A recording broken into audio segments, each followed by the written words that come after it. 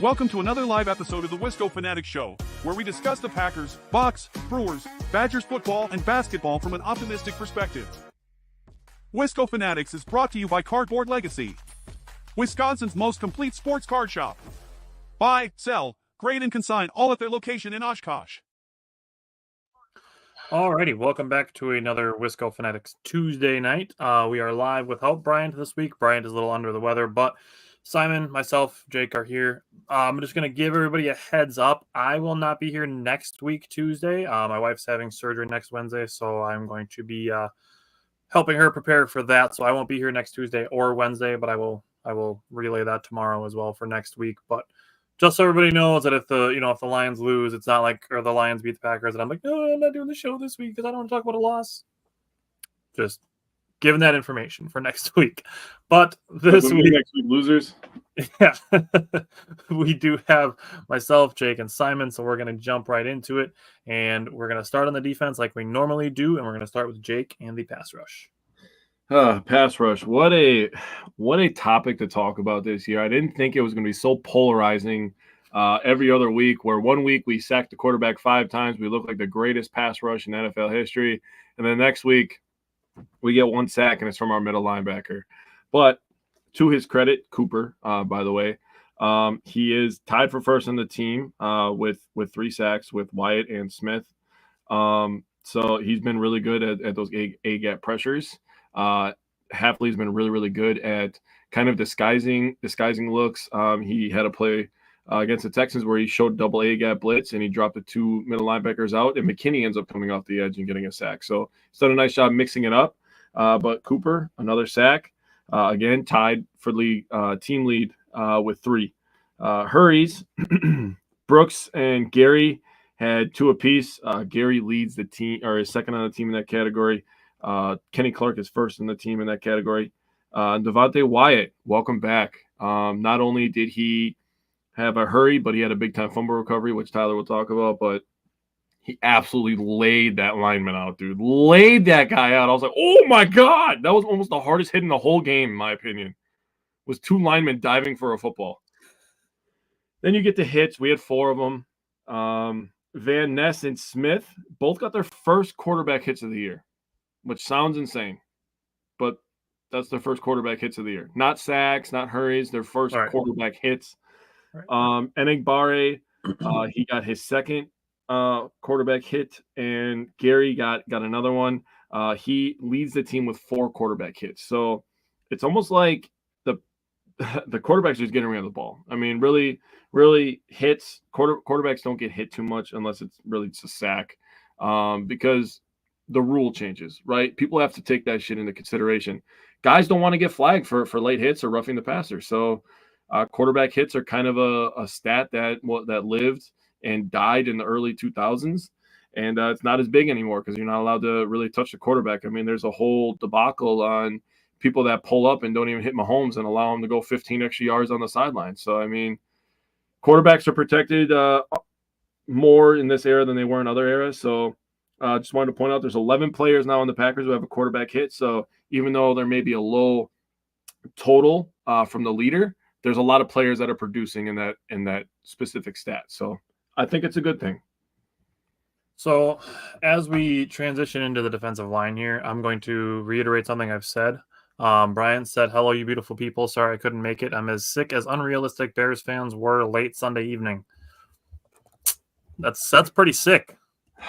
Pretty sick. I got to admit, it's almost as sick as me enjoying so much of the compilation videos of Bears fans reacting to that. Can I tell my story about my work buddy? Can I tell my story, Tyler? I just told you. Simon, you got to hear this, dude. Right. So we always give each other shit. His name's Rob. Rob's a really nice guy. Rob, if you watch this later, I think you're a nice guy. But, we always kind of give each other shit, rub elbows a little bit. Hey, Packers suck. Hey, Bears suck, that kind of thing. But we're respectful with it, right? Well, I go into work on Monday morning. I'm going to put my lunchbox in the fridge. I close the fridge. Oh, my God, he pops up, right? He's handing me a piece of apple pie cake, right? I'm like, what's this? He tells me apple pie cake. I'm like, oh, cool, thanks. He's like, my wife made it. It was my birthday yesterday. The Bears lost on a Hail Mary on his fucking birthday, dude. Oof. Oh, my God, dude. I was gonna talk shit going into work, but then I was having a second thoughts like, man, I'll just be nice. That's a shitty way to lose. And then he tells me it was his freaking birthday. Oh my god, I felt bad for the guy. Did you make a joke anyways?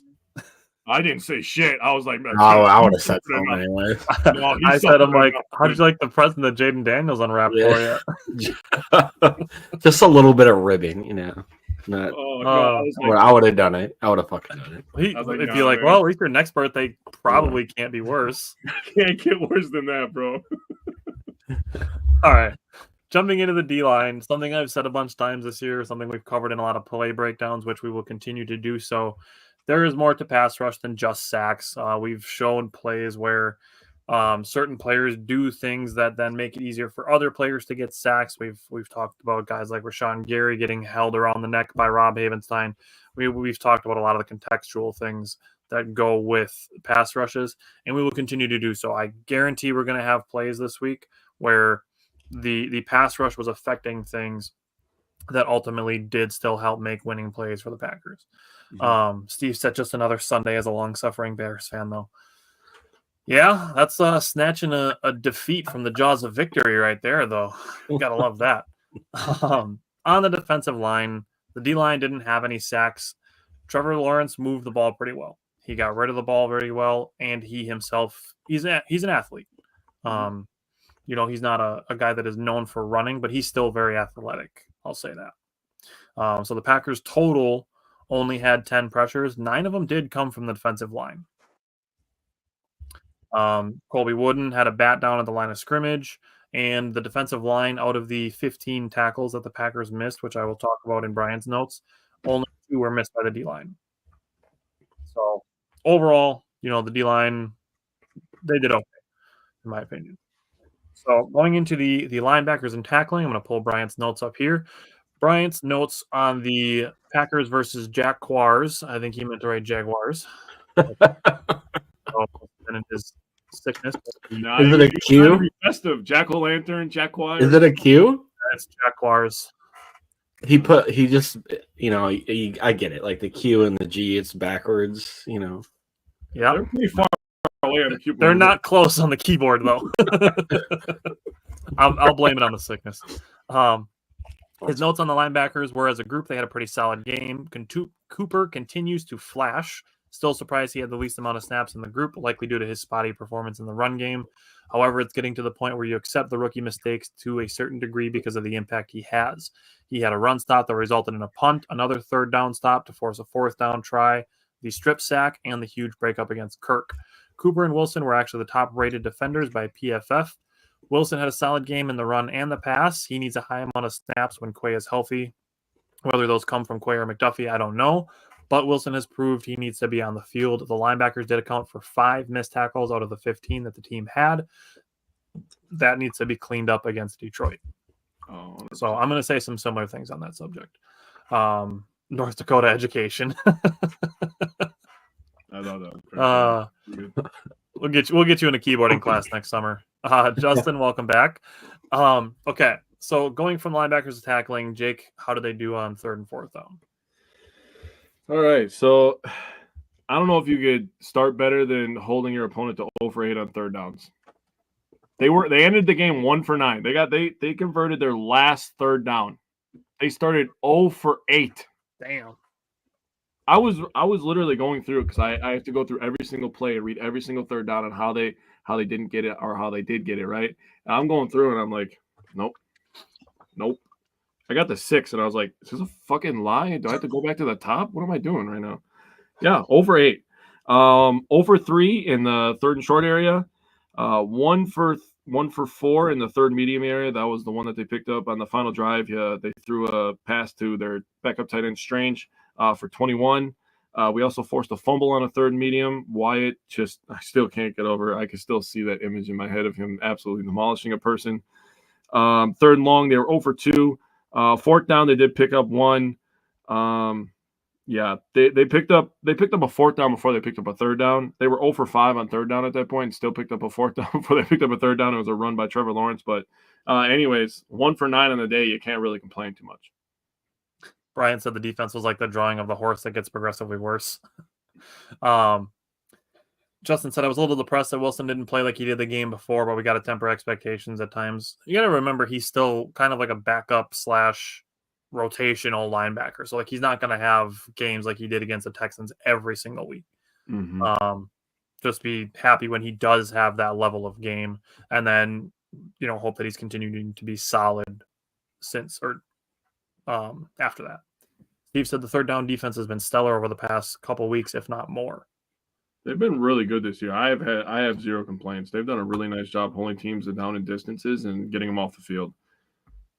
Yeah. Simon, how did you feel about the secondary? I thought they were kind of I don't know. It wasn't probably maybe as bad as people think it was until like near the end of the game. And they kind of allowed some big completions to like Evan Ingram in the end zone over Keyshawn Nixon. Kind of, I don't know. I mean, that was a good play by Evan Ingram. I think that's literally his best skill is being big. Yeah, he's just bigger than Nixon and can jump higher. McKinney came down with an interception, but honestly, that was probably maybe his worst game of the season, in my opinion. He allowed 4 for 4 for 84 yards. Jair ended up with a pretty solid day, though.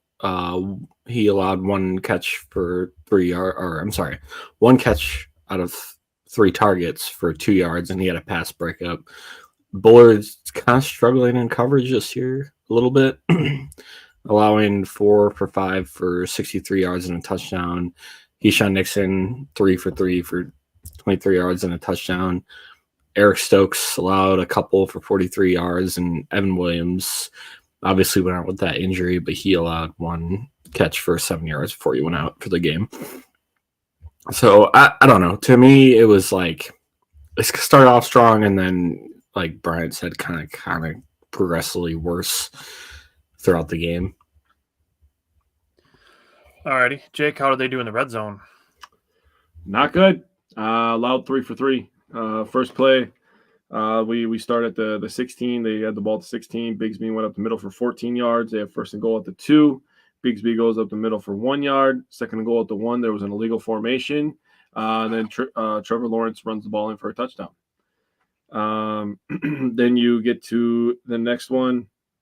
There was a big pass play to Kirk for 26 yards that set this up into the red zone. They had first and 10 at the 19.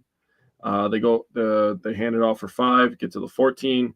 They have second and 5 at the 14, and Lawrence finds Thomas for a touchdown. And that play, that just looked like a broken coverage, in my opinion. Then you get to the final drive. They had 3 big plays of 15, 20, and 21 yards. I know that Brian just put a comment in here talking about, have you seen the drawing of the horse? It progressively gets worse. That was our defense on Sunday. I think we got a little bit too lackadaisical with the play calling, a little bit too soft. And then all of a sudden it got to an oh shit moment, and the Jaguars already had a lot of momentum going into that. So you get first and 10 at the 14. Lawrence is incomplete. And you have second and 10 at the 14, and they go into a bunch set with who the heck was on the top? Forgot. He caught it on Nixon. But anyway, Evan Ingram.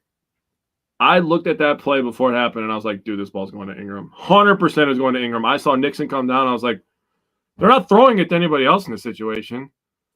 And I just wish McKinney would have been over the top a little bit more, in my opinion. But other than that, They got to clean some stuff up in the red zone, because I don't want to steal your thunder, but the Packers going 2 for 6 on offense in the red zone, and them going 3 for 3 is not a great look for us. Settle down. Sorry. Because they're going to have different conversations there. Jim said the food looks good. We'll cut Simon a little bit of slack just because he's in the Army and doing schooling at the same time, so I'll cut him a little bit of slack. But if I hear you chew one time, you're fired. No, I already stopped eating the chips, so we're good. Steve asked the question, is Evan Williams' health this important? Seems like he's the glue that holds the defense together. Bullard needs to be in the slot. I don't know if I'd go so far as to be like Evan Williams is the glue that holds the defense together. I will say when you go into a game expecting to have, all your players available, and then early in the game that quickly changes, that I think is what kind of throws a wrench in the plan. Now, if the Packers were to say, and this isn't anything that I'm planning on, but if Evan Williams were to say miss next week, and Bullard were able to prepare the whole week as the safety, then I wouldn't have quite as much concern. But when you have to kind of jockey stuff around in the middle of a game due to an injury, that's usually tends to be where the opponent then will target your defense or target your offense. Like if you lose an offensive lineman in the middle of the game, you can bet that they're sending a pass rush at the backup. Like that to me was more of a game-specific thing. Now, I'm not saying the Packers don't need Evan Williams, but I also don't want to say like Evan Williams is what holds our defense together. Yeah. Okay. So looking at Bryant's notes on special teams, Bryant said a perfectly nondescript performance by the special teams, exactly how we want it. Good job by McManus for hitting the give me winner, the game winner, I'm assuming is what's supposed to say there. And good job by Orzik for snapping it back more clean than last week. Solid performance by Whelan again, 3 of 5 punts inside the 20. On the coaching aspect of things, looking at the first quarter, there were 3 penalties on the offensive line on 3 different offensive linemen in the first quarter between Butkus and Stenovich. They got to clean that up. What I will say, however, after that, only 1 more penalty for the rest of the game. And after that, none of them were in the second half. No penalties in the second half, and the defense did not have a single penalty the entire day. Yeah. So yeah, we take those. That's pretty good there. I think as far as, lost the challenge, it is what it is. Looking at some of the play calling aspects, and I'm going to cover this a little bit with the red zone too, but being at the 20-yard line on a 3rd and 7, and they call a play for the end zone, I personally didn't like that play call. I understood why in that first possession or the first down, when they got to the 20-yard line, they went to the end zone because Romeo Doubs was hot. So I understand taking a shot to Romeo Doubs on first down. I agree. 3rd and 7, that to me, I was like, all right, let's get the first down, and then we can, keep going at the end zone. Yep. That's just how I felt about that specific red zone possession. Other than that, the last thing that I want to mention on the coaching aspect, Matt LaFleur was asked about this, the play to Jaden Reed that set up the game-winning field goal. That was not a play that they had installed in their game plan during the week. They came up with that one like game day. They basically drew it up as something that they had talked about but didn't have in their game plan. And the coaches and the players identified like, hey, this could work. And they put it in. I don't know when, if they put it in at halftime or if they put it in like going into that series or what. But Malik Willis checked to that play and they ran it. And obviously Jaden Reed got a 50-yard gain out of it. So that's credit to coaching. That's good stuff to notice that, to call it, and to have it ready. So I wanted to give them credit for that. All right, let's switch to the offensive side of the ball. Simon, how did you feel about the tight ends? Yeah, Tucker Kraft is still an absolute monster. I actually wrote that in mine. Oh, you read my notes. I briefly saw them, but I didn't see that part, no. If you wrote that Yak Monster. Yak Monster. So he had 59 snaps, and I thought he blocked really well in the run game. Came down for 3 catches on 3 targets for 78 yards, and he had 49 yards after the catch. Dude, he might be a top 5 tight end in the league, and I'm being serious. Yeah, I mean, he's working his way there. Yes. He's top 10 for sure. Oh, if you consider blocking and receiving in one thing, he's top 10 for sure. He's definitely. Yeah. Yeah, he looks good. And then he had that touchdown after the Trevor Lawrence fumble on a wide open play. I didn't get to go back and relook at that play, but I don't understand how he was like Josh. One guy on the field looking at him. Yeah, I was like, there's no way he's that wide. Hey, get on him.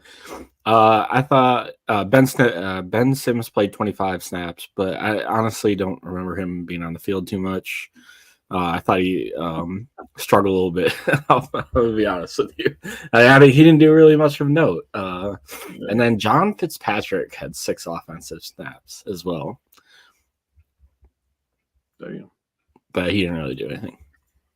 Didn't know Yeah, that. I don't remember him playing that many snaps either. But apparently he 14 run blocking snaps. I don't think there's no way he ran 11 routes. I mean, he probably did, but He did, from what I saw, if I remember right. He just didn't have a catch or anything.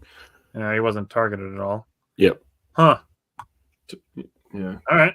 Well, good on him, I guess, for being a good distraction.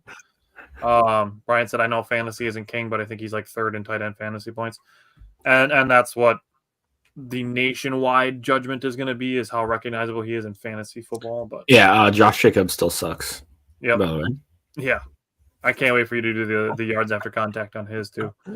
Oh, it's so good. I It's already so know what good. it is because I made Yeah. a graphic out of it earlier, but I can't wait for you to talk about it again. Justin said, if I'm building a team from the ground up, I'm putting Kraft second only behind Kittle is who I want. And honestly, if you wanted to pick Tucker Kraft because he's young and hasn't had the injury, history that George Kittle has had, I wouldn't fight with you. I'd probably put Laporta above Kraft, but And I'd consider Brock Bowers also. Yeah. Brock Bowers he looks is like a stud, and he's got pretty much worse good. quarterback play than Tucker Kraft does. yeah, he's pretty good. Yeah, he looks good. He definitely makes it look like the Raiders should not have picked the first tight end that they picked in the first round. Yeah, I agree. Okay. Oh, Mayer. Yeah. Mayer does not look great. Justin said his blocking is a huge factor in that decision. I don't know enough about Laporta and Bowers and their blocking, but Laporta's a good blocker, dude. Laporta is he went to Iowa, so he's probably a good he's blocker. a monster. He played the Big Ten. He's not afraid of contact, bro. And Bowers went to Georgia, so he's probably good too. Okay, so going into Bryant's next segment, the wide receiver development. Bryant, his notes on the wide receivers say solid game from the wide receivers that was marred by a few crucial drops. The one by Dobbs was a potential crusher because if he makes that catch, he had some room to run. And if we get in at least field goal range there, it puts even more stress on the Jags while running off more time. I like the target share and really like the production that Watson brought, getting first downs. Also, his block for the Jacobs run was a key play that won't show up on the stat sheet. That catch along the sidelines by Dobbs was sick. That play by Dobbs on the sideline, like that throw and catch, that one's going in the play breakdowns for sure this week, just so that we can talk about it more, because that was just an insane play. Dude, his hands are insanity. Insanity. I like that people are starting to catch on to what I've been saying, like all summer, was that Dobbs is the Packers' most complete wide receiver. He might not be the fastest, he might not be, the best route runner, but he is their most complete wide receiver, and he is the guy that I would go to in a situation where you need a catch because I trust him the most. And people are starting to catch on to that, and it's like, I'm pretty smart. People just listen to me. He definitely has the best hands, in my opinion. Yeah. Okay. Looking at the passing game distribution, there were 10 players targeted. 8 players had receptions. Romeo Dobbs was targeted 6 times, had 3 catches. Watson was targeted 6 times, had 4 catches. Kraft was targeted 3 times. Kraft and Reed were targeted 3 times each. Kraft had 3 catches. Reed had 2. Dontavian Wicks was 2 for 2. And the other drop that was tough was the second series, the Jaden Reed drop on 3rd and 5. That's another one where the Packers offense started slow, and Jonathan Vilma's up in the booth getting to talk a bunch of shit about the Packers because apparently he hates the Packers every single time that he does a Packer game. And he's like, oh, I can't believe the Packers offense isn't doing anything. I can't believe they're not up 56-0 by now. It's only the first quarter. They're not winning 72-0. Like, bro, Vilma, just shut up. I bet he has like a burner account on like that one Facebook group. I will say we're probably not going to have a Jonathan Vilma game for a long time. I mean, we're the game of the week this week. We play the Bears. We're not getting Vilma for that game. Yeah. We're game of the week versus the 49ers. Then we play, on Thanksgiving night. We got a lot of primetime games coming up. We're not going to have Vilma anymore. So Thank God. Yeah. We have time. You know what? I told you in the chat, like, I didn't think about it.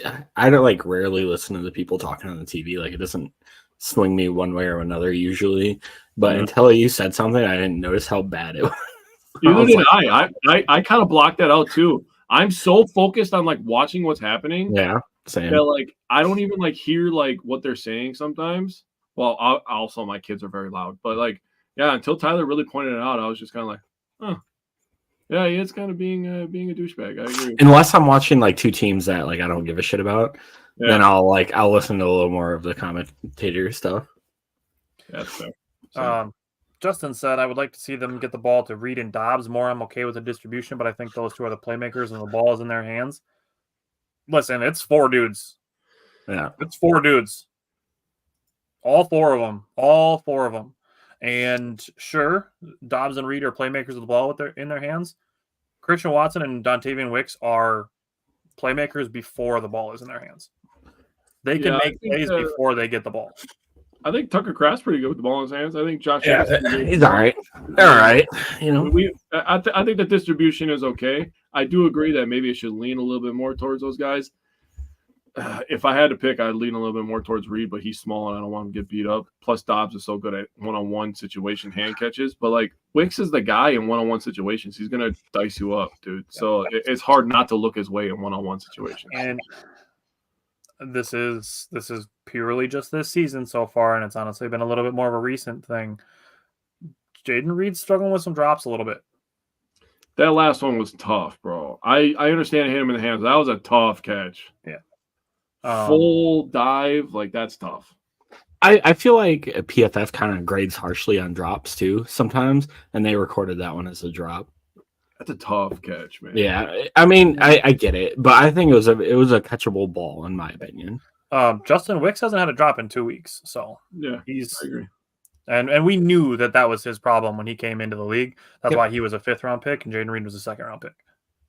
Yep. But again, Dontavian Wicks, he can make plays before the ball is in his hands.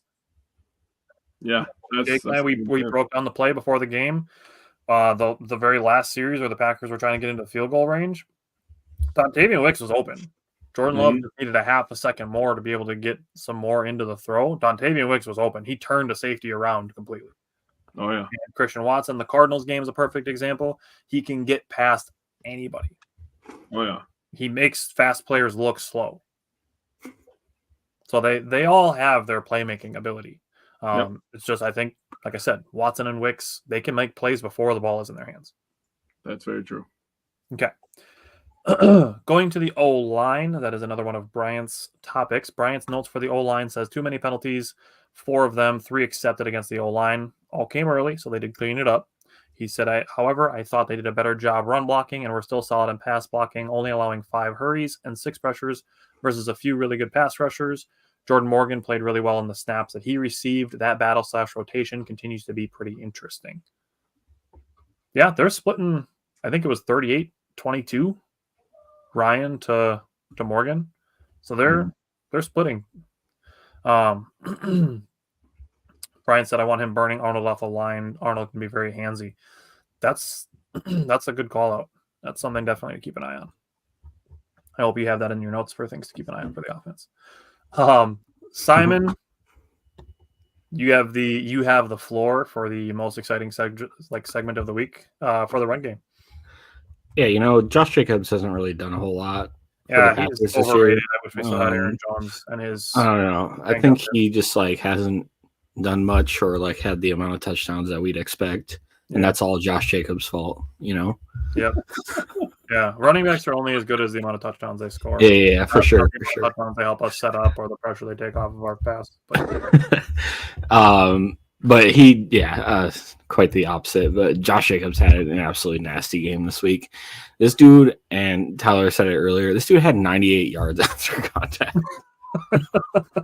He had 127 total yards and 127 after contact. That's so dumb. He forced 8 missed tackles, had 6 first downs, and 2 touchdowns. He had a minuscule 1 catch for -2 yards, but we're not going to hold that against him. Bro, 8 missed tackles force is wild. Yeah, he's. I saw something earlier, and I meant to look it up. I saw that he was 2nd in the league after in yards after contact. Obviously behind Derrick Henry. He's having a phenomenal year. Derrick Henry has 521. Josh Jacobs has 510. He's 11 yards behind Derrick Henry in yards after contact. What? And Derrick Henry has almost 300 more yards. Yep. Dude, are you serious right now? Yeah. Yes. He's having a great year. Henry has 946 rushing yards already. Dude, that that jump cut that he put on that long touchdown. Oh my god, dude, that was so sick. I was I'm shook. surprised there wasn't 2 groin injuries on Sunday because that dude got split open. Holy shit! I was shook at he made the first guy miss, and then he did the jump. Then I was like, I said, hold the phone, dude. dude, I was like, oh, like lost it, totally lost it. Yeah, Josh Jacobs, and depending on Jordan Love's status this week, I think we'll see a lot more Josh Jacobs in the plan. I mean, just in general, anyways. Like Josh Jacobs is going to get 20 carries per game, or should in a solid game plan where we're not like way behind. He's going to get 20 carries a week, and I think this is one of the reasons that Goot went in a different direction than Aaron Jones as well. Is like Aaron Jones isn't necessarily built for like 20 plus carries a game on a week to week basis. In the playoffs, maybe, but not in the regular season. Yeah. So, but Josh Jacobs he's proven to be an absolute asset for this team this year. Absolutely. After that, Chris Brooks took 4 carries for 16 yards and made a really unselfish play at the end of the game where he could have had that touchdown. Yep. And he decided to go down and allow Packers to run off the clock, and Brandon McManus hit the game-winning field goal. So hats off to him. Yep. We love to see that. Yep. Emmanuel Wilson had a quiet day. He had 4 carries for 5 yards. They didn't really. This was the first week, and after Bryant said like the end arounds haven't really seemed to be working lately, they only tried one, and it went for 0 yards, and then tried another one for the rest of the game. Malik Willis, when he came in after Jordan Love went out, he ended up with 4 carries for 23 yards. So all in all, this team ran 39 times for 170 yards. The run game this year might be the best run game the Packers had in like the last 25-ish years. Yeah. That's crazy. And we're missing totality wise. Yeah. I know what you're saying. Not like one player, but Josh Jacobs he's on pace for like 1,400 yards right now. Yeah, he's on pace for a really good year, dude. Yeah. But, ESPN says he sucks, and a couple people on Facebook are mad that he only had 1 touchdown, whatever. Like, who gives a shit? Yeah, we're going into week 9, and he's only got 3 touchdowns. He's only got 6 or 7 touchdowns. What a bum. He's also playing with the quarterback that was like first or second in passing touchdowns, so we're not going to score all the touchdowns. Yeah, but he hasn't received all of those passing touchdowns, Jake. Yeah. My bad. Apparently, like people just think like if you don't produce, you suck. Like that. Like if the numbers aren't on the stat sheet, like you suck. Yeah. Well, you're not doing really good in fantasy football because you don't score touchdowns all the time. Yeah. Also, like I don't know. I don't know. There's a lot of things I could say. Yeah. Moving on. All right, moving on. Justin said, will Lloyd be back this week? Bryant brought it up already. They haven't activated his window. My guess would be post-bye. I would also agree with that. Brian said Aaron Jones would have 1,401. Maybe in 2 years. The guy that used to play the Dame Dillon for us.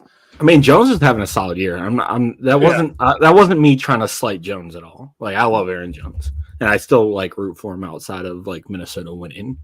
The shitty thing for me is like I get so pissed off at some of these fans that they keep bringing up like old players and like, oh, Aaron Jones would have did this. It almost makes me like start to hate the player, even though the player did nothing wrong. You know what I'm saying? Like I'm not like I don't hate Aaron Jones at all. I love Aaron Jones. He was awesome to watch. But at the same time, I feel like I have to kind of talk shit about him because people are just comparing Josh Jacobs to Aaron Jones every week, and it's just ridiculous.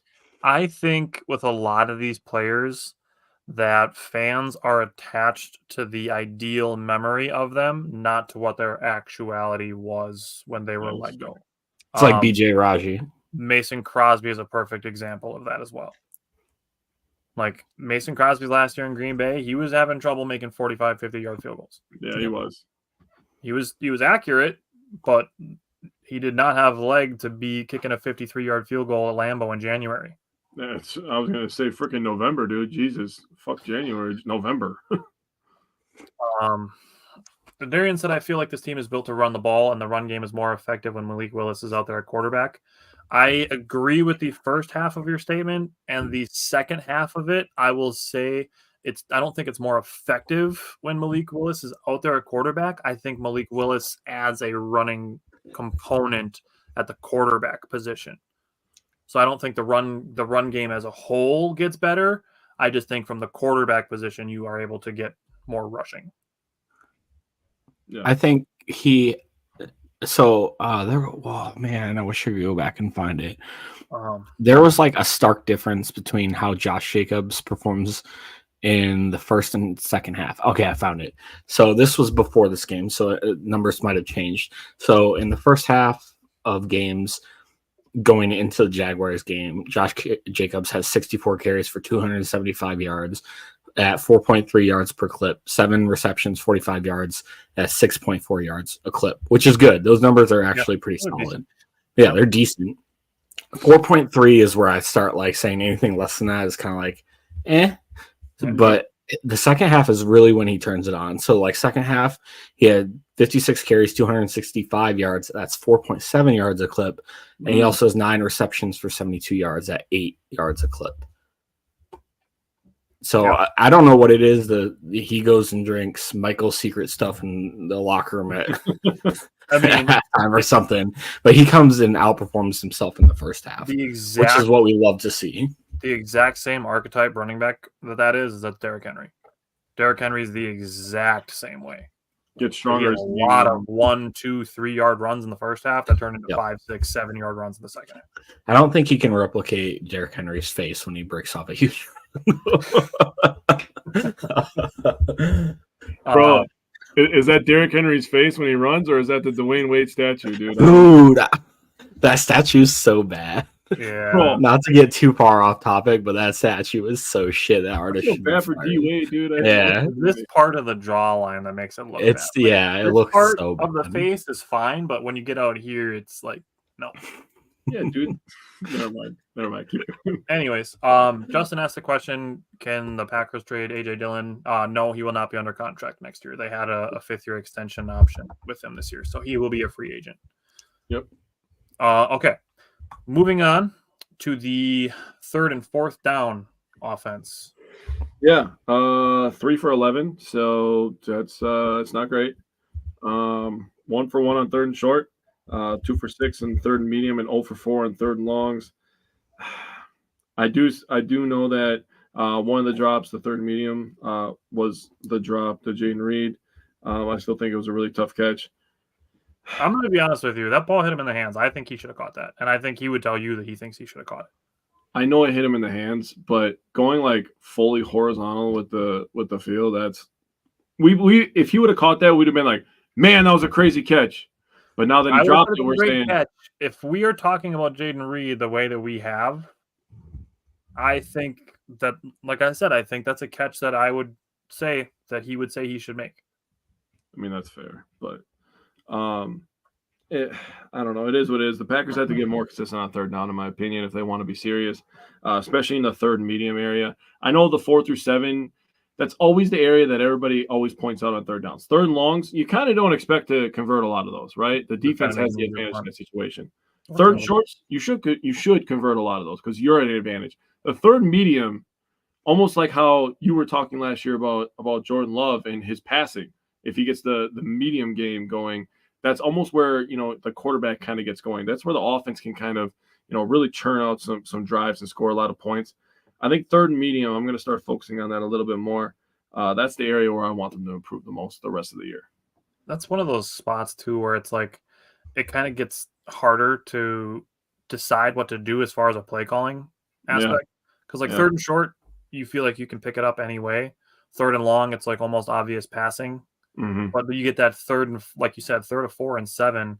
It's like pass, run, play action, that it almost creates some indecision. I think they need to do more bunch sets. We talk about all these wide receivers and weapons that we have. Bunch sets are so tough to guard. And we have the horses. You can mix up any combination of who you want in that bunch set, who you want at the top, who you want on the right. Just figure it out. I think bunch set is the way to go. I mean, I think Watson, Wicks, and Dobbs would be a great bunch. Oh. You send Watson deep, you send Wicks on and out with his route running, and you send Dobbs across the middle. Yeah. Good luck. I agree. And Kraft leaking out into the flat after those three vacate. Boom. JR said Kraft is a stud. We all agree. Yes. All right, looking at the red zone offense, Jake kind of got a little ahead by saying the Packers are only 2 for 6 in the red zone. However, they would have been 3 for 6 in any other situation except for a last-minute situation and of a tie game. That's fair. So they would have been 3 for 6. Chris Brooks, in any other situation besides trying to run the clock out, would have scored a touchdown on that play. Now, they had 2 touchdowns and 3 field goals in the red zone and Jordan Love's interception, so they still got points on 5 out of 6 trips to the red zone. Would just like to see more of those converted into touchdowns instead of field goals. Now, 6 trips to the red zone. One of them starts a 3rd and 8 at the 19.5-yard line. They get a hands to the face, and that moves them up, which eventually gives them a fresh set of downs inside the red zone. But that first trip to the red zone ended in an interception. David said, I'm not for trading or losing Watson. Neither are we. I like having 4 guys that can be a wide receiver 1 any week. And Watson's such a good run blocker, dude. It's hard to replace that. So good at run blocking. Yeah. David said Brooks earns all the respect for that, though. I'm going to clip that play, and we are going to give him more respect for it as well. We're going to give him all the flowers for that. Yeah. Second trip to the red zone, they had a 1st and goal at the 3. Josh Jacobs got the touchdown, made that easy. The third trip, they were at the 9-yard line, had an illegal shift, which backed them up, had a throwaway, a 0-yard run, and a 2-yard screen, and a field goal. The fourth trip to the red zone started at 3rd and 7 at the 20-yard line. So a little bit of a trend here where they're getting into the red zone barely and then being on a late down situation already. So kind of annoying, but it is what it is. Second half, they get a 1st and goal at the 5 after Trevor Lawrence's fumble. They get a really good play call, and Tucker Kraft scores a touchdown. And then the 6th trip was the very end of the game.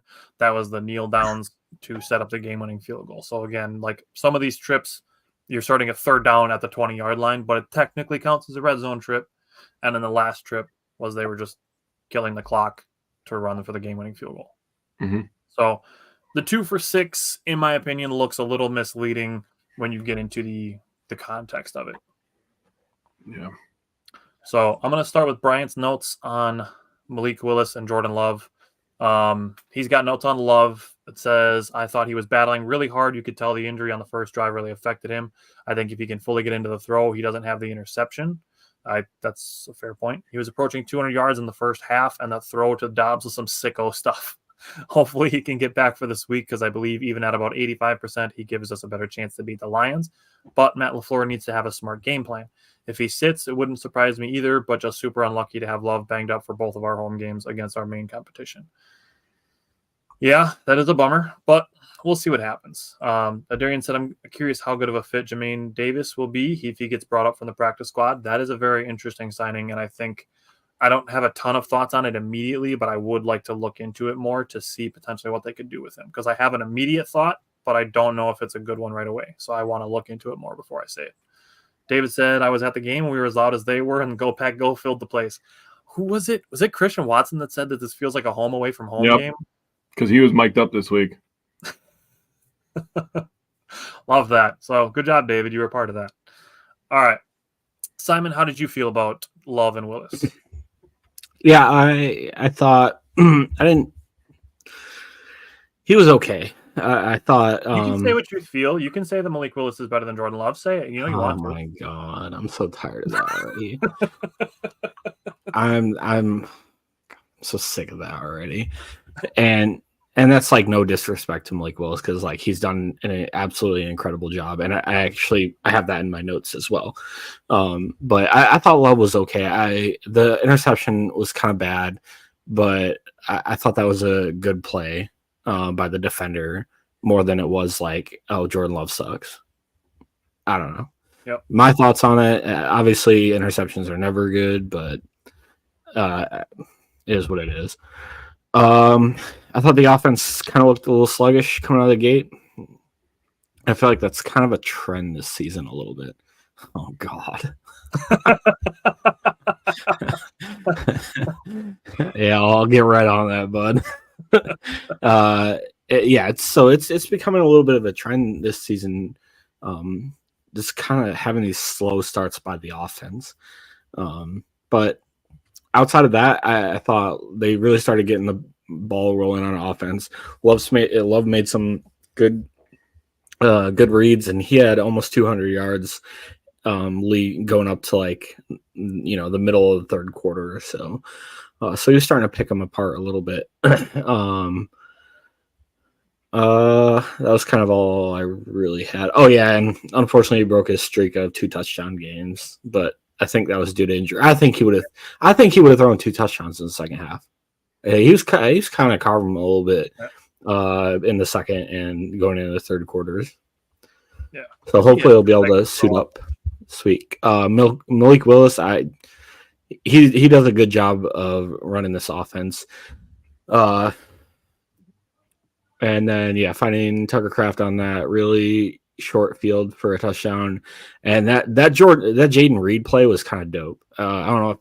I just kind of rewatched it to see what had happened, and it was like fake left where Jaden Reed kind of got swallowed up in the mess a little bit, and then just kind of beat one of the outside linebackers up the sideline, and he was wide open. So that was a good play call by Matt LaFleur.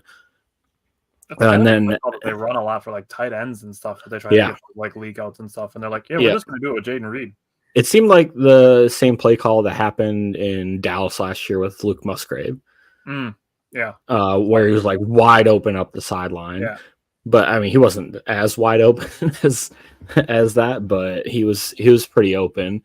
And then Malik Willis you do value his ability to scramble. Mm-hmm. I don't think he'll ever be as good, and I don't as good as Love is dissecting defenses and stuff. But when plays aren't there to be made, he'll make something happen with his legs. So you kind of value that a little bit. Darian said at this rate, casual will be more convinced that there's a QB controversy in Green Bay. Oh God. Oh man, the casuals are the problem, Adarian. Man, I saw someone say I think we should sign Malik Willis long term. I'm like, why would Malik Willis do that? Yeah, Malik Willis is going to try to sign long term with the Raiders after this season. Oh God, they're going to get a 3rd round compensation pick for him. That'd be sick. I'd be all right with that. Flip a 7th and turn into a 3rd rounder. That'd be awesome. Well, they'd have to trade him. They'd have to trade 4th, depending on how many more games he wins. They'd have to trade Malik Willis because he's under contract till 2025.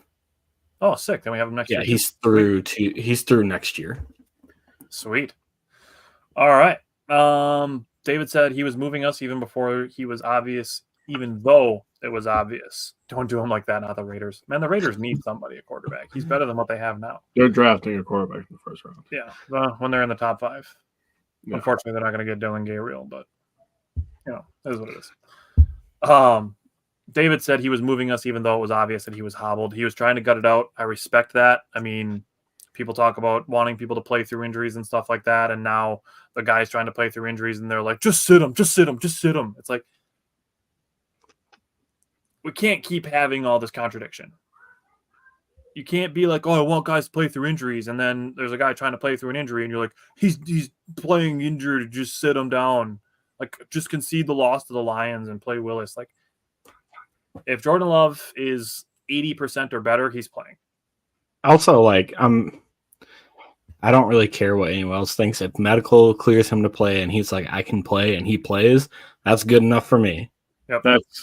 That's literally almost word for what I was going to say. If the fucking team doctor says, yeah, he can play, guess who's fucking suiting up? The guy who's getting the 2nd most money for quarterback position. Also, I'm tired of seeing people look up injuries on Google or some shit. Oh my God. And then they automatically know how many weeks they're going to be out. First of all, not every injury is the same. Second, not everyone has they don't have the same access to physical therapy as everyone else does. And third, not everyone heals the same way. Not everything is the same severity either. Yeah. Well, just think about Christian Watson when he got rolled up on from that bad pass. Everybody was like, "Oh, Jordan man, Love, week one," and people are like, "Oh my god, he's gonna be out for the season." It popped. He's gonna be out for the whole season. It popped. yeah." Like, people just gotta wait. Nobody's gonna know more than the team does. Yep. WebMD is statistically advanced, though. I love looking stuff up on there when you have like a cold or something. And all of a sudden it's like, you have 3 weeks to live. It's like, God damn, I got a lot of shit I got to do yet. Hell yeah. I have this red bump on my arm. You think that's cancer? Right. Matthew said green and gold going to be bold. Yeah, and that's the thing. Like, they're playing a divisional game this week, too. It's not like they're playing the Jaguars or the Colts or Titans. I know, Bryant. I know it was you that said it popped. That's why I ignored you that day. But that's like, we as fans, podcasters, insiders, whatever, nobody's going to know more than the people that work for the Packers. That's true.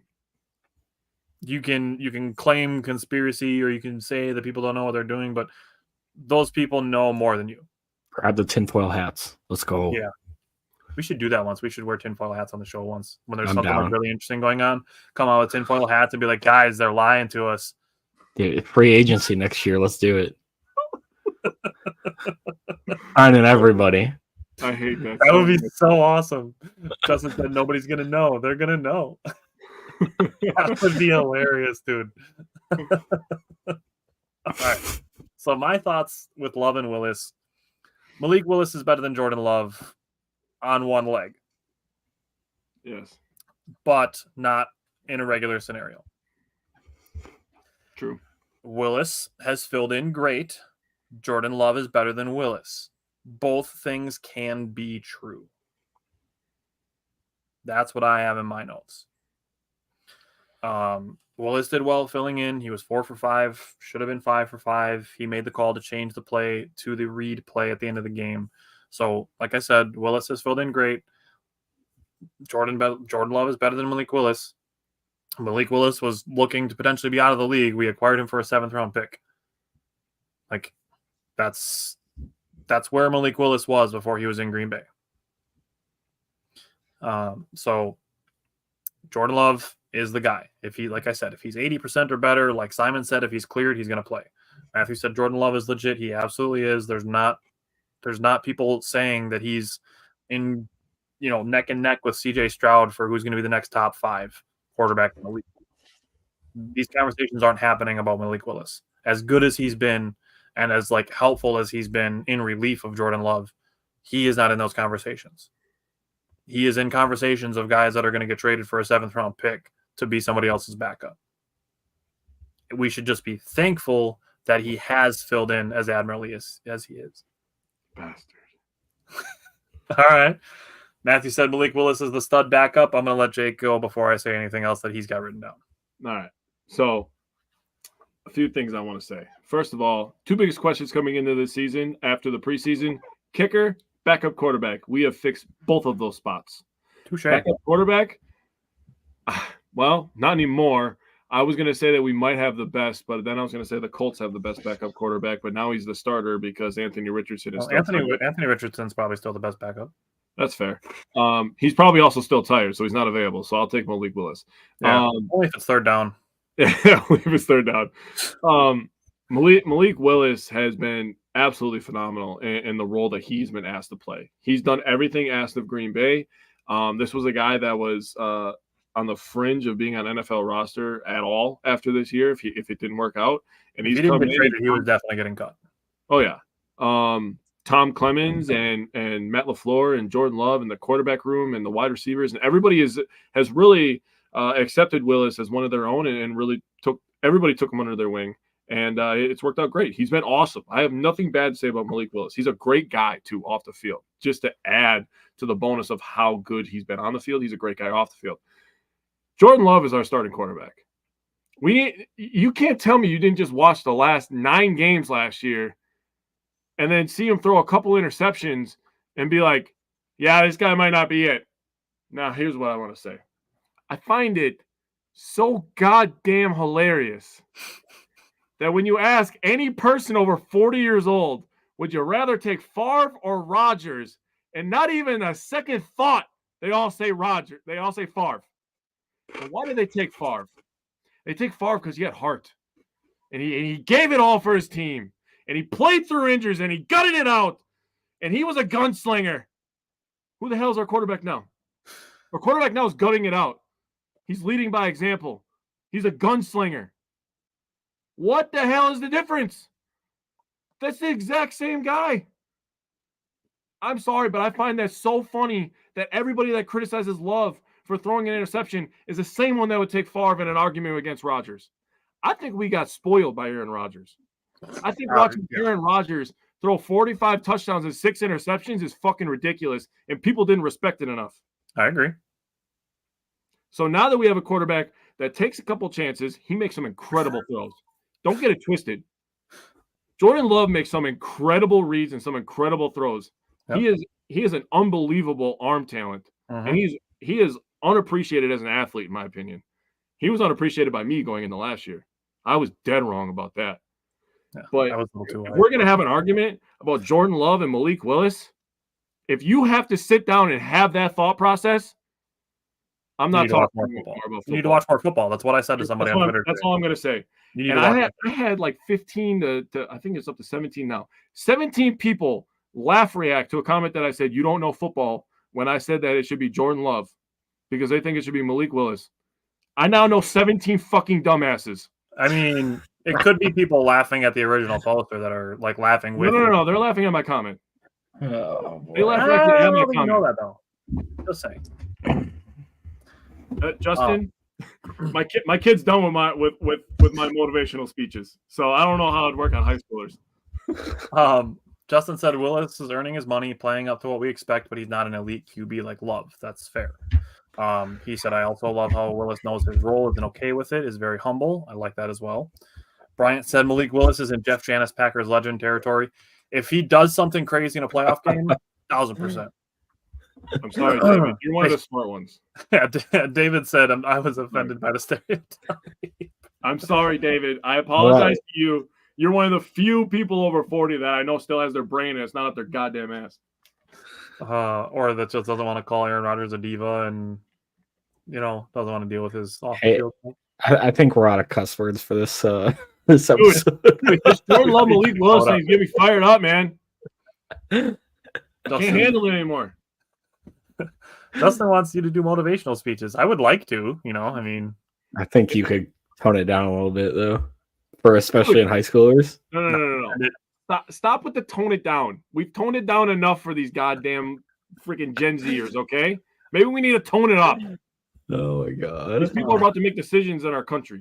We need to start doing like midnight shows where we just go unhinged completely. Oh, dude, you guys don't want to see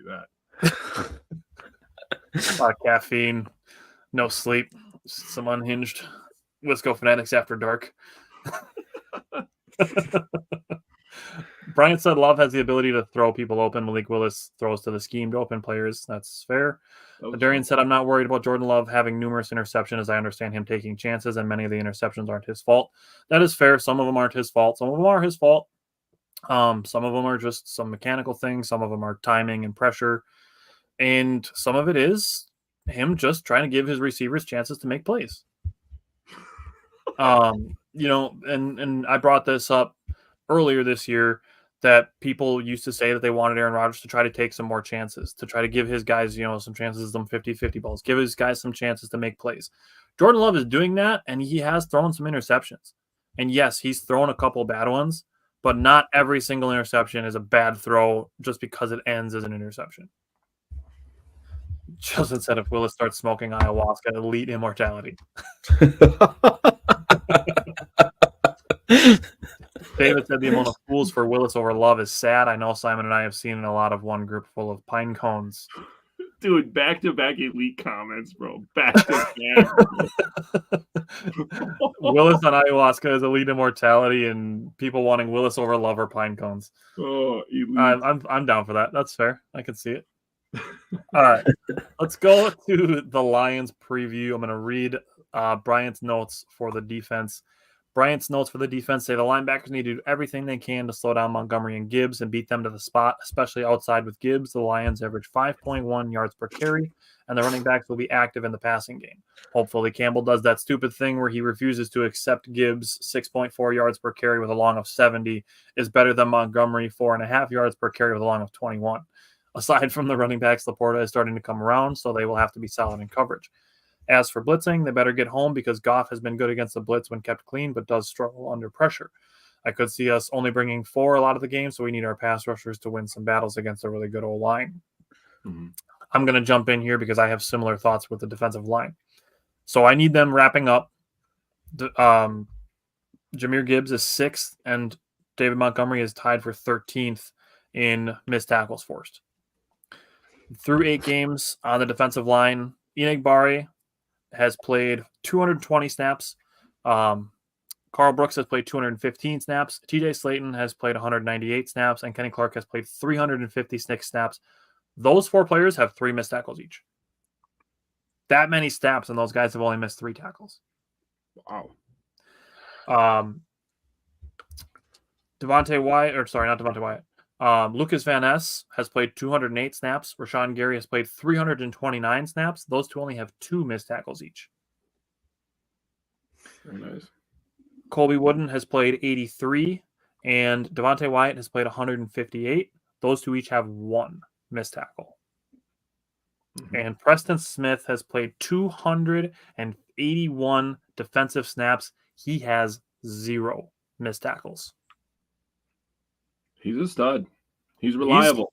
He's really a really consistent outside linebacker / defensive end. Yeah. So looking at Jared Goff, he gets rid of the ball really well. Only 13.8% of blitz pressures end in sacks against him. However, 28.3% of non-blitz pressures end in sacks on Jared Goff. So there's definitely something to Brian's point on only sending 4. And if it is just the 2 outside linebackers / DNs and 2 defensive tackles rushing the quarterback, if those guys are able to generate pressure, that is not good for Detroit. I'm going to come back to some similar things when I get to some later segments.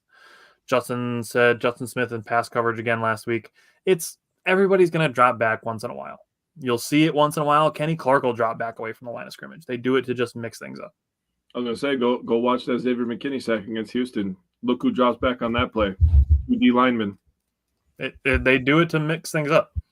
And sometimes it's just to take away the middle of the field for the running backs and tight ends. It's just to mix things up. Okay.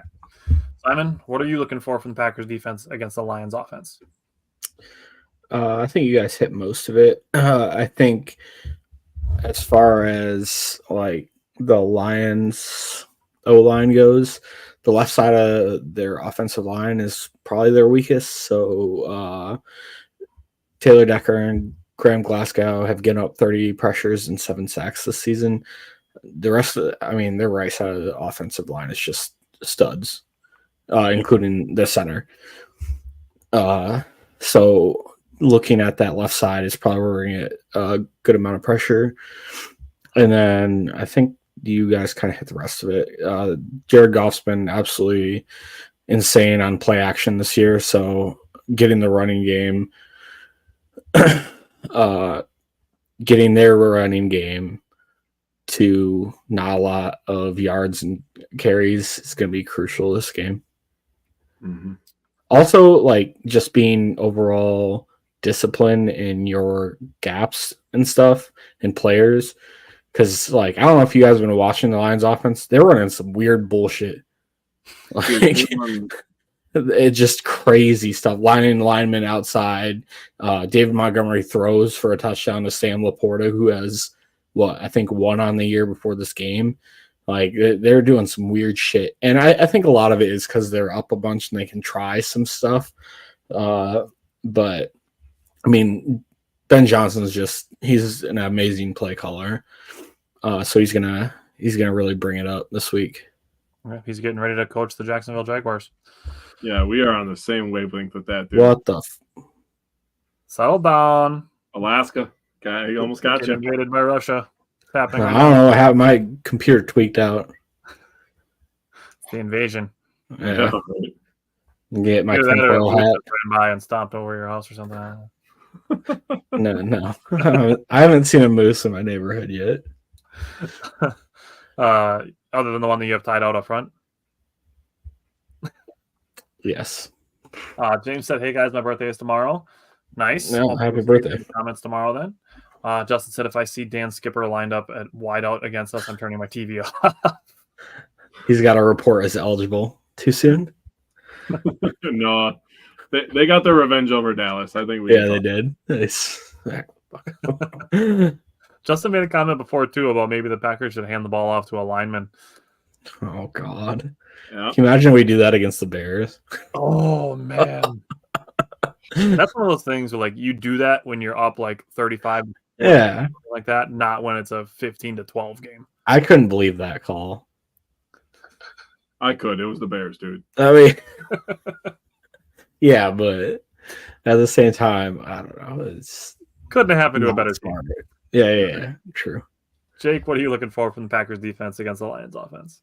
Okay, so a few things. So in terms of red zone, Lions are they're an insanely good offense everywhere on the field. So I'm gonna have the Packers aim for like 50%. So I'm like a 2 for 4 or a 3 for 6. We gotta force some field goals.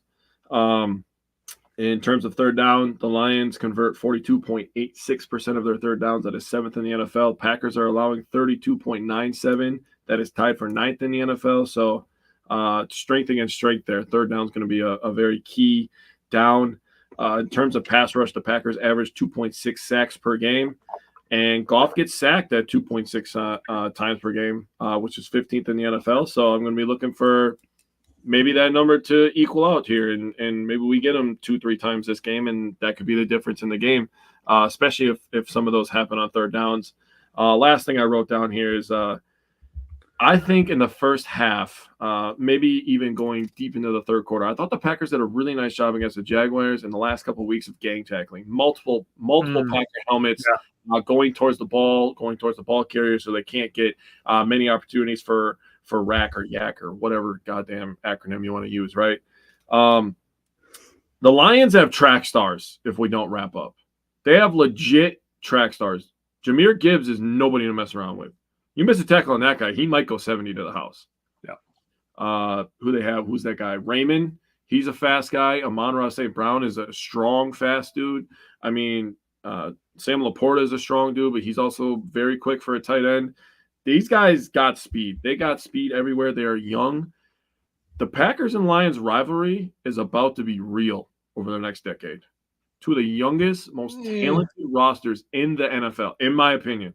I don't know about a decade. I'll say half decade.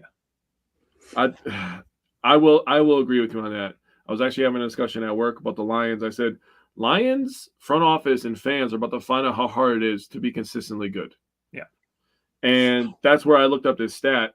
The Lions are on a 5-game win streak. Packers are on a 4-game win streak. Lions are actually favored at Lambeau this week, which is crazy. This is the first time the Lions are 6-1 since 1956. Eisenhower got reelected as the president. He was the 34th American president. That was 12 presidents ago. They get 4 years at a crack. That's a long-ass time. That's 13 years before my parents were born. My parents. And I'm a 30-year-old man. 18 years before my parents were born. That's insanity. So just wanted to point that out. Lions haven't been good for a long time, but I think this Lions-Packers rivalry is about to heat up a lot in the next couple of years. Yeah, definitely interesting. Looking at the special teams, Brian's notes on special teams, doesn't really have anything written down there. Just looking at what he wrote from the previous game, just exactly how you want it, a game where they don't have to talk about it. So if they're not making mistakes, you won't hear about it. That's really all you can ask for. Yep. James said, I saw a funny comment. A person with everybody wants to see the Lions win now, but if they start racking up Super Bowls, the NFL community will hate them and call conspiracy. The pains of being on top is real. We know how that feels. Before we start doing the conspiracy thing. And I know it's people saying that it's the Lions, not you, James, but I got to get farther than the NFC Championship game before we start claiming that things are getting rigged for them. Get that tinfoil hat ready. Yeah. Justin said salary cap's going to come into effect real soon. Yeah. Once they start having to pay guys like Penei Sewell, and obviously Hutchinson's going to get paid from them too, and he's not going to take a deal. He's going to want to get paid.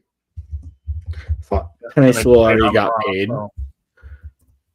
Yeah, Penei Sewell got paid this last offseason. Okay. Right. Yeah, 4-year, 112. Golf, yeah. All right. Looking at the coaching part of it, I trust Matt LaFleur to game plan for either quarterback. We've seen him do it for both. The bigger part of the coaching that I'm really focused on is Hafley's plan for Detroit's offense. I'm looking for pressure on Goff. His turnover-worthy play percentage when clean is 2.8%. That's extremely low.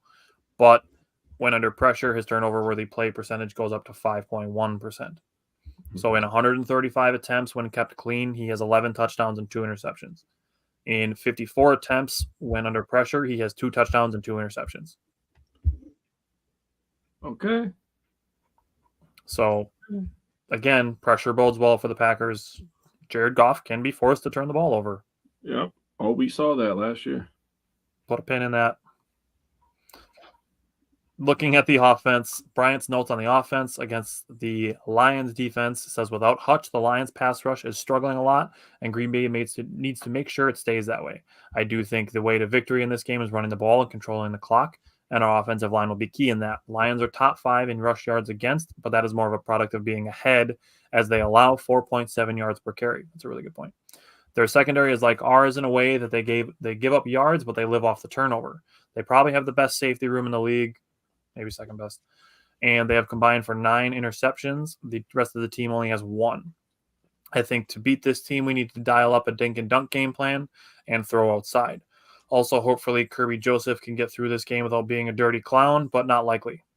That definitely something Bryant would say. I'm on his side. Kirby Joseph is dirty. You're not going to convince me otherwise. He's injured like 3 people already.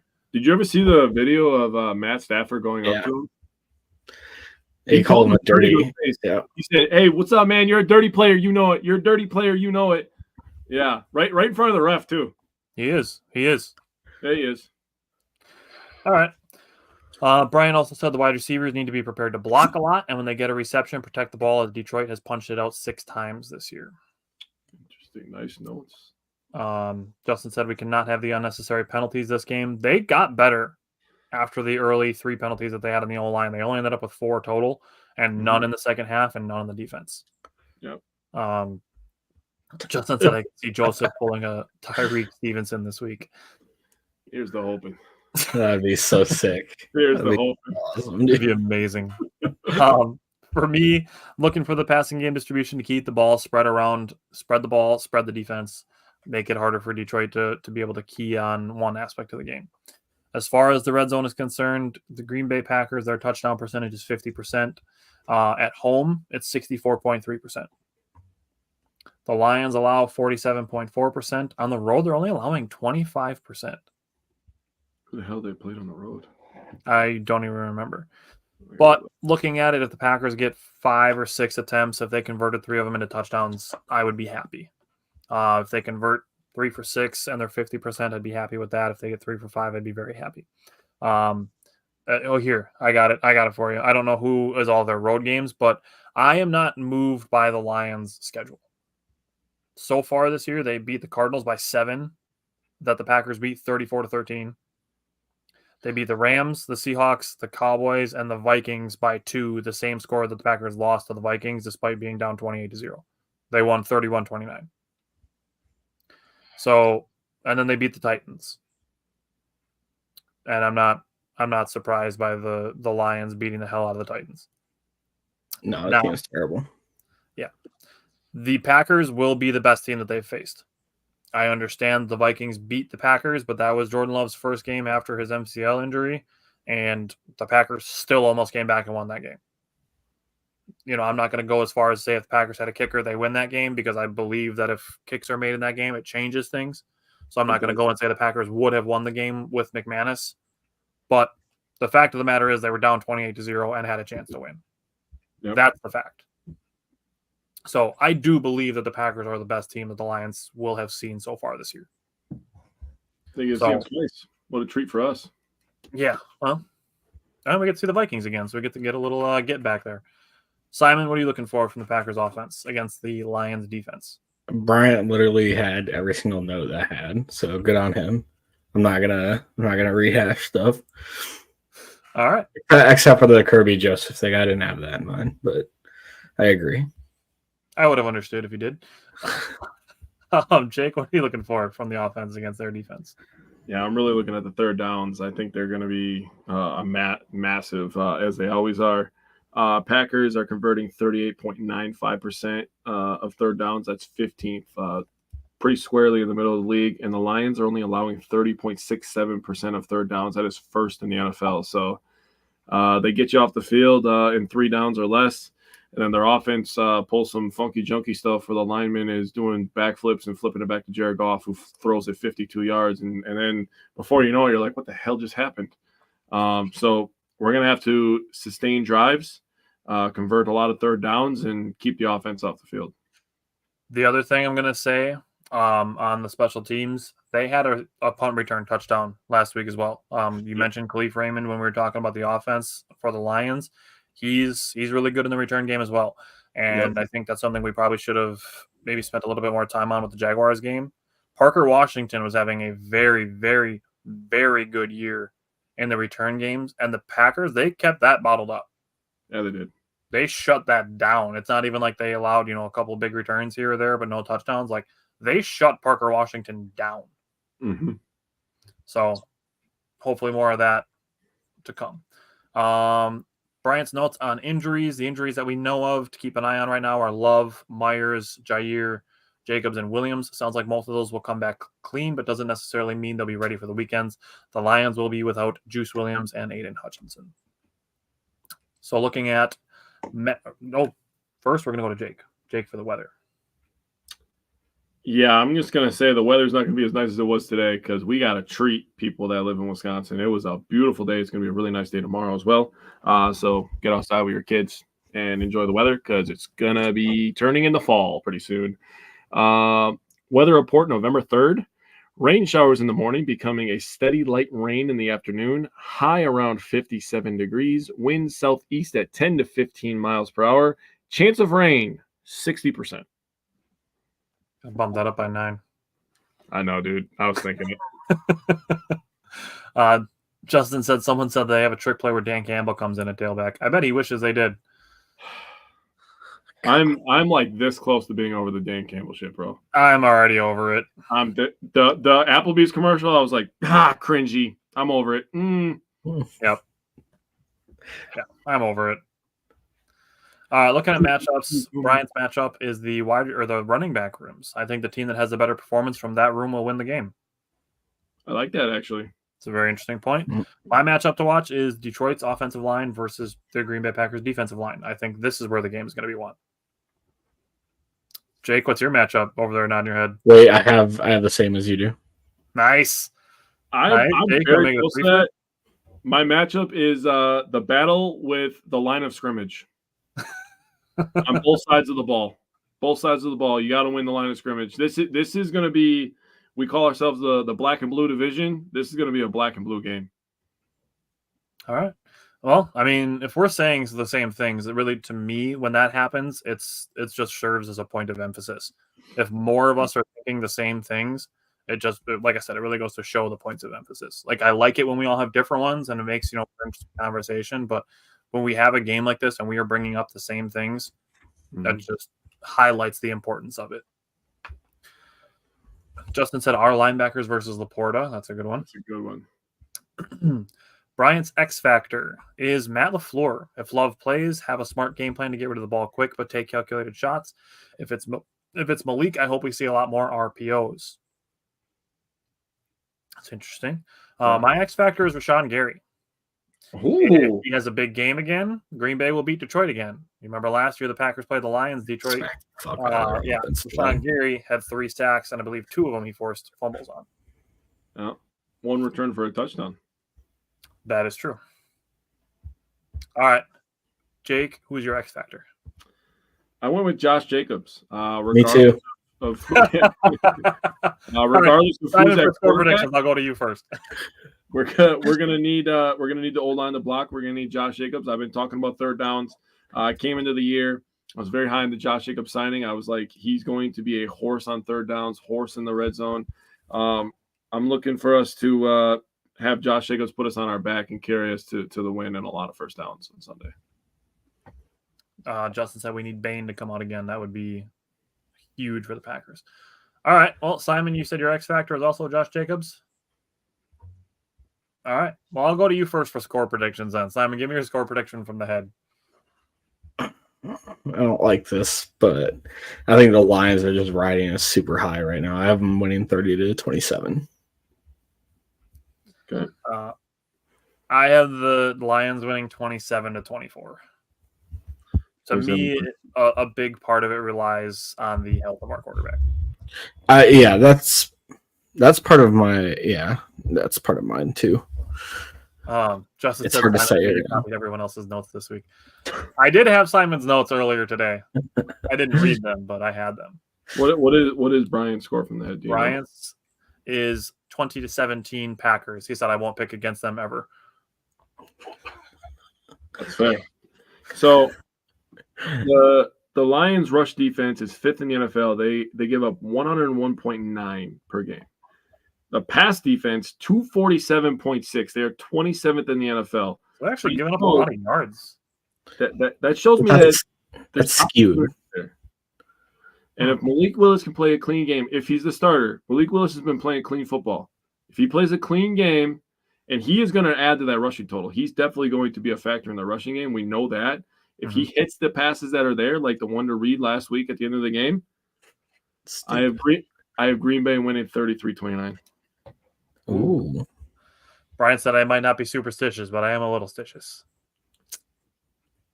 All right. Simon, what's your score prediction from the heart? I have us winning 27-24. All right. Justin said from the head 28-24 Lions, heart 24-21 Packers, and another McManus. That'd be so sick. It's already the script writers already went crazy giving him a game winner in the first game that he kicked, and then the second game against his former team. I don't know if the script writers have it in them to draw up another McManus game winner. Why not? McGame winner, dude. That's his new name. Game winner. All right, if that happens, I'll make a graphic that says McGame winner. Put that out into the ether. I like it. Brian's score from the heart is 27-20 Packers. Ooh, okay. All right, ready for mine? Mine's a little spicy. All right. This is obviously predicated on Love being healthy, but from the heart, I have 35-23 Packers. You have what? 35-23. Golly. Who died? Jared Goff? Jared Goff. Golly. I brought up the turnover numbers and him under pressure. I have almost a similar score. Pretty close. I have 35-27 Green Bay. I hope our scores happen. Brian said not to toot my own horn, but I called them. So you're writing the scripts, Brian. Oh, wow. Who's wearing the tinfoil hat now? Little suspicious over there. Yeah. Called them, as in... he called the NFL. Yeah. He said yes. Yes. All right. Simon says, I'm going to read Bryant's. He has offense written first. Offense, he says, if Malik starts, holy shit. If Malik starts, Packers rush for 225 plus. If Love starts, they rush for 175 plus. Jeez, 225. Did we even run? What was it versus Colts? It was like 200 and something, right? We ran the ball like 50 times. Let me see. I mean, we went crazy in the first half and did nothing in the second half, to be fair. Yeah, that's true. Right? We're pretty. Hell yeah. All right, he's down. By game. Wait, what's Jared Goff's ADOT this year? Hold on, I'm looking at the Packers rushing against the Colts. It was like two something. 261. So what was it 225? He said 225. Yeah.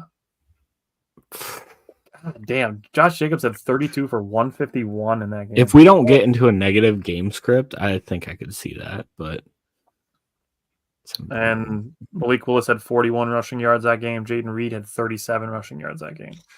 Yeah. All right, I see that. Simon says McKinney gets another interception, and we have 2 forced fumbles on defense. Hell yeah, give me that. I mean, we've had a decent amount of fumbles this year. Forced, I mean. That's true. Brian said the scriptwriter told me that Jaw gets another pick 6 this week. Oof. Jared Goff's ADOT is like one of the worst in the league, actually. That doesn't surprise me, honestly. He doesn't throw the ball down the field a ton.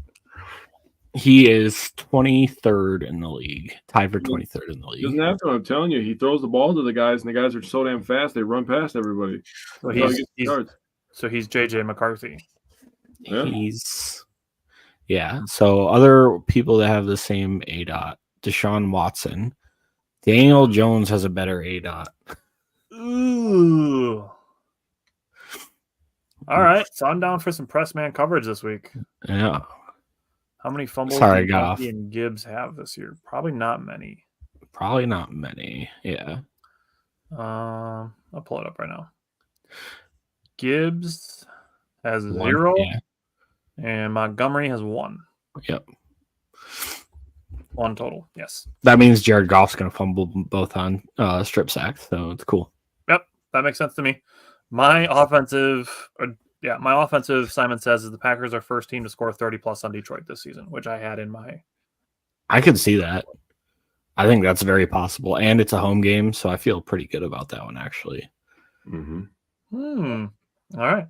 Justin said on offense, Dobbs has 2 touchdowns, and Jacobs has 100-plus rushing. Dobbs has 2 touchdowns. Depends on who's playing quarterback. Yeah, quarterback. If Malik Willis is playing quarterback, it's hard to imagine Dobbs getting 2 touchdowns. Yeah. All right, Jake, what do you got for offense? Josh Jacobs will have more touchdowns and total yards than Montgomery and Gibbs combined. God, dude. Fucking love it. Love it. As soon as you started that sentence, I knew where you were going with that. I knew where you were going with it. I was like, say combined. Combined. Dang, that's hard. It's not happening, but I would love it. I would love that, but I don't think it's happening. Montgomery and Gibbs are the offense. They're so good. Both of them are just good. I'm so mad. I'm so mad that I was right about Gibbs because I was just like in love with him in the draft process, and then he went to the Lions, and I was like, I hate this. I hate that I was right about this. God damn it. Yeah. Brian said if that happens, I don't know how we could lose.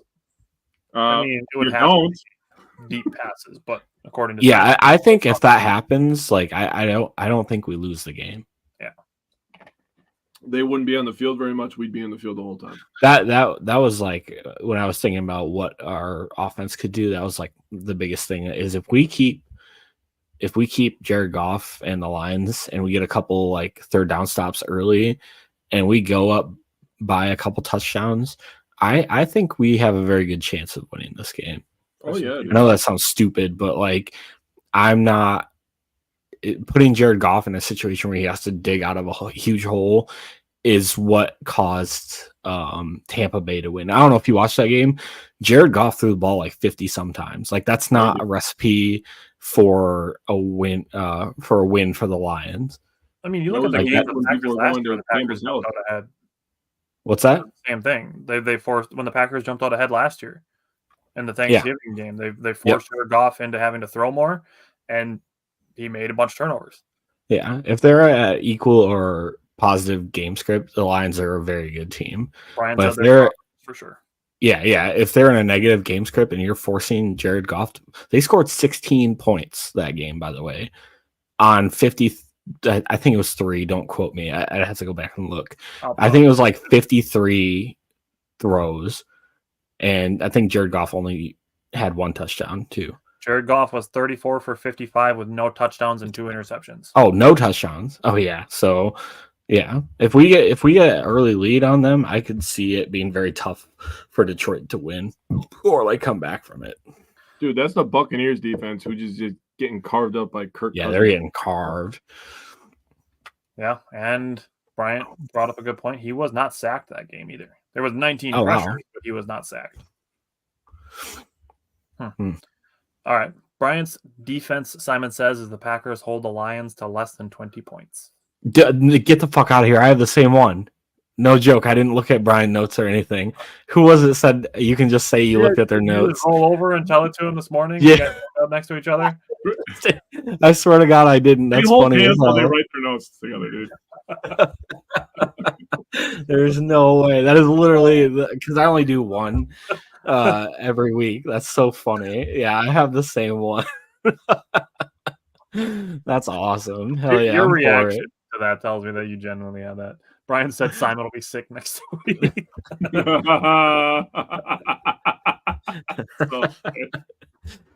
Maybe you shouldn't have coughed That's on me. nasty.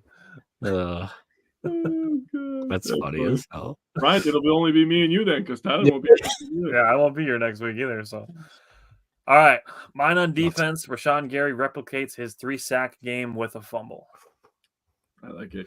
You've been calling for it. You're speaking it into. I want Rashawn Gary to be so good. I got my notes all themed, like it's all together. It all like works cohesive, and the stats are there. Like, Yeah, Hell I put yeah. the research in.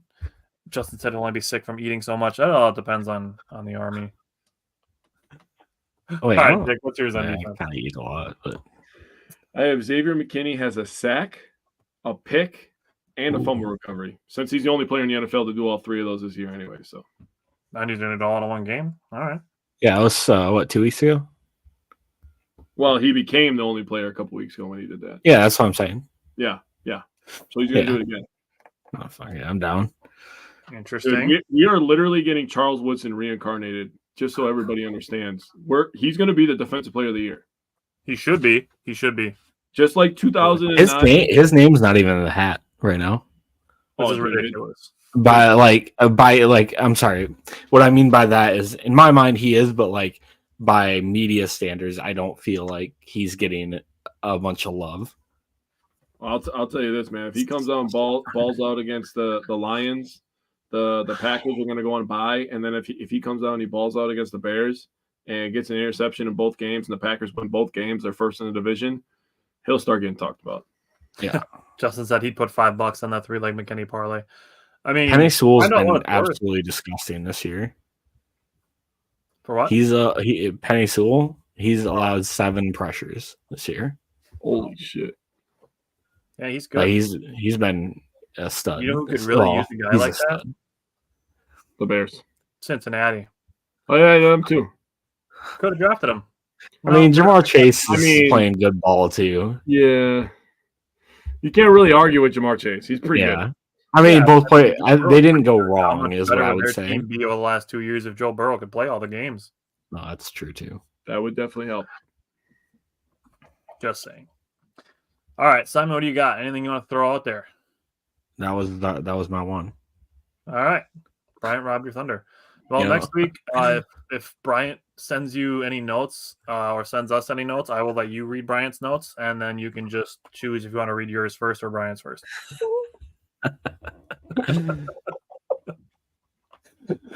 Jake, next week you can read my notes last. I'll send you my notes. You can read my notes last, just so that if anybody has anything that I already said, then Simon can say his first before you read mine. Yeah. Justin said, Simon says, Caleb Williams goes on a media tantrum after losing this next game and starts crying. Oh my god. Dude, I thought he was going to actually cry after that Hail Mary. I'm being serious. I was like, dude, he's looking for his mama. He's looking for his mama. He did throw like a mini tantrum. He did. on He the started sideline. posting stuff. It's I the thought he was going to cry for a second. it's from Friday when he's like, oh, he's gonna cry in the car. And my grandmama gave me that chain. He's gonna cry in the car. Gave that energy. All right, like Justin said, go Pack, go. We will see you guys next week. I won't be here next week again. Just my wife's having surgery next Wednesday, so I will be off next week. But I will still send my notes to Jake, so I will still be here in word form, just not in physical form. So go Packers, and we will see you guys next week.